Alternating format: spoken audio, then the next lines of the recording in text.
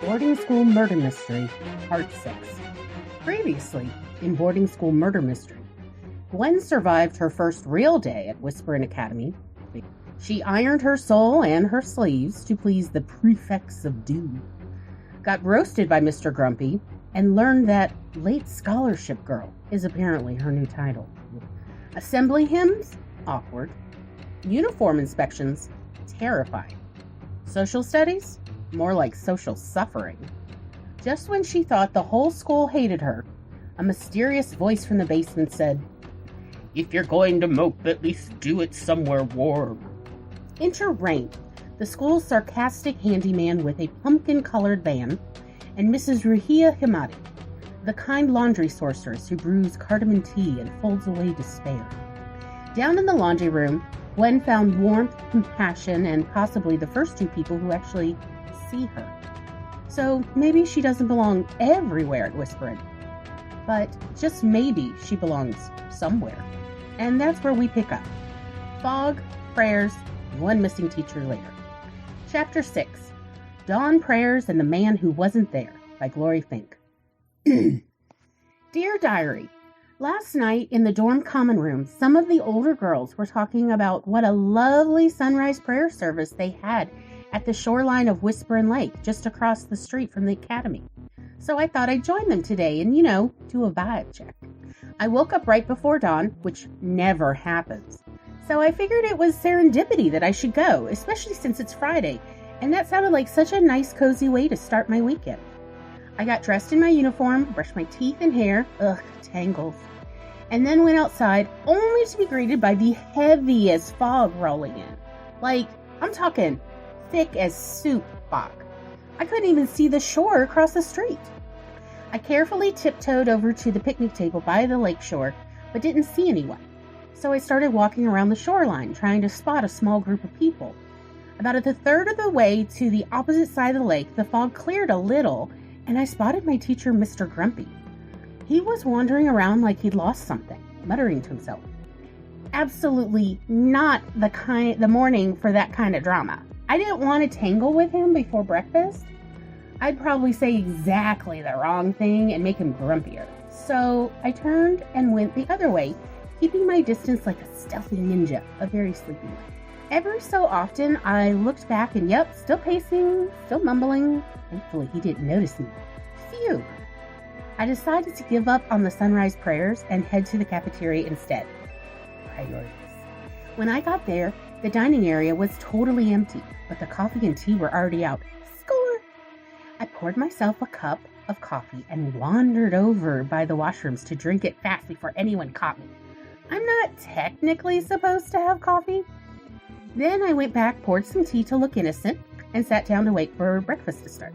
Today was definitely my lucky day. Pancakes with real maple syrup, bacon, and eggs. I guess everyone was slow because of the fog, so I ate alone. Honestly, though, it was kind of nice. Back home, there are always siblings to feed or chase, so the quiet felt weird but peaceful. Like the world hit a pause button just for me. Morning assembly went fine. I'm still practicing my stealth skills to dodge the prefects' laser eyes. Classes were fine too, except Mr. Grumpy wasn't there. Mystery. So Rain subbed until they can find a proper replacement. At lunch, I found out that the Holy Rollers forgot to mention they don't meet on Fridays. Classic. I'm so not falling for that again. The hazing continues, I guess. Later, I stopped by the laundry room to say hi to Mrs. Himadi and Rain. They asked why I looked so tired, so I told them about my foggy morning adventure, how I basically walked halfway around the lake, trying to find the sunrise group and only saw Mr. Grumpy. Rain got this really weird look on his face and asked if I'd seen the little skiff boat that's usually parked near the picnic table. I said nope, or I probably would have sat in it. When I asked why, he said it was nothing and changed the subject. Suspicious much? Mrs. Himadi just patted my back and said, "You were a good girl. We find you good friends soon." English isn't her first or even second language. She's originally from a small town near Tehran, Iran, and told me that by my age she could already speak 4 languages. 4! Meanwhile, I barely feel fluent in English. And it's my first. I told her that, and she just laughed and laughed like tiny wind chimes and made us some tea. She's honestly the sweetest. Maybe I should try to get to know more of the Persian students. Maybe they're as kind as Mrs. Himadi.